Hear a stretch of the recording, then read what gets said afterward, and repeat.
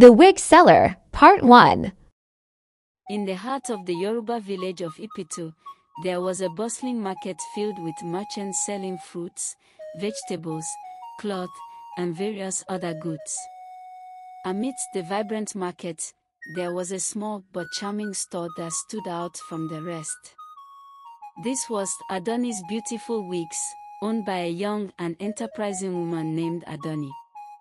Adoni was known for her extraordinary wigs, which seemed to have a magical allure. Women from all over Ipitu and neighboring villages flocked to her store, eager to buy her wigs.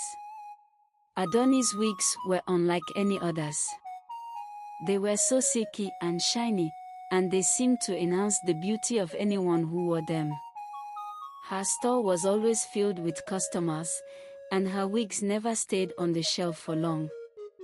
Everyone in the village wondered how Adoni managed to get such wonderful wigs, but no one could figure out her secret.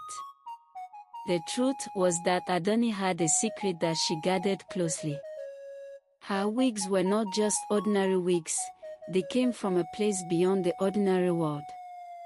Every evening, after closing her store, Adoni would head to the riverbank, far from the prying eyes of the villagers. There, she would call upon the water spirits, beings from the mysterious marine kingdom. These spirits would emerge from the water, bringing with them the most exquisite wigs. These wigs were made from materials so fine that they shimmered like stars in the night sky. Adoni knew she was dealing with powerful forces, but she couldn't resist the allure of the magical wigs and the wealth they brought her. Despite her success, Adoni felt a constant unease. She knew that dealing with the marine kingdom was dangerous, but the desire for wealth and fame kept her going back to the river. She justified her actions by telling herself that she was providing a valuable service to the women of Ipitu, making them feel beautiful and confident. But deep down, she knew that she was playing with fire. Every night, after locking up her store and ensuring that no one was watching, Adoni would make her way to the riverbank. The path was familiar to her now, the trees and rocks along the way seemed like old friends, guiding her to her secret destination. She would wait until the village was quiet, with only the sounds of nocturnal animals breaking the silence. This was the time she felt safest, away from the prying eyes of the villagers.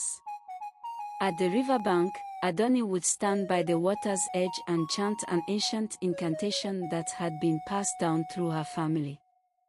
The water would ripple and glow, and slowly, the water spirits would emerge.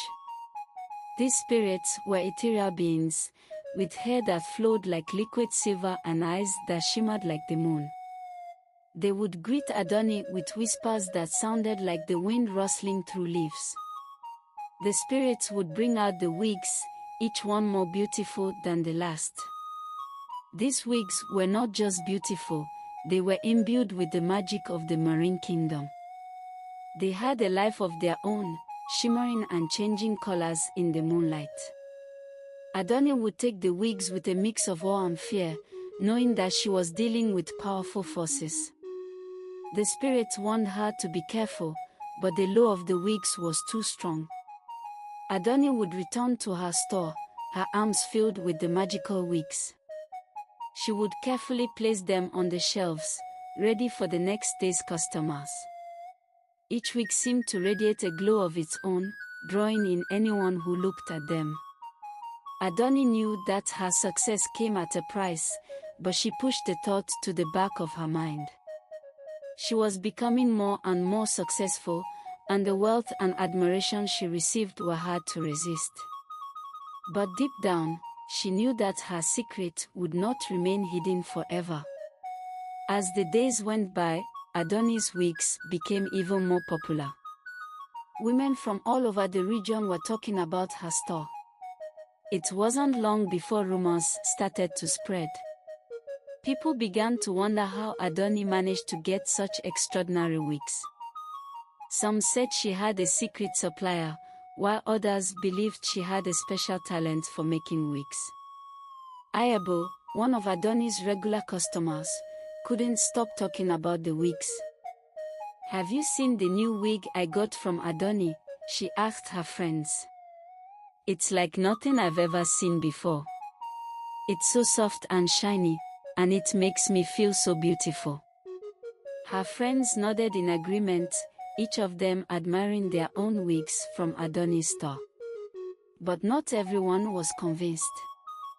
Sod, another villager, had her doubts. "It's strange, don't you think?" she said. "How does Adoni always have the best wigs? There's something not right about it." Her friends dismissed her concerns, but Sod couldn't shake the feeling that something was off. Tund, a young man in the village, also began to grow curious. He had always admired Adoni from afar and couldn't help but wonder about her secret. He noticed how she would often close her store early and disappear for hours. He decided to find out what she was up to. One night,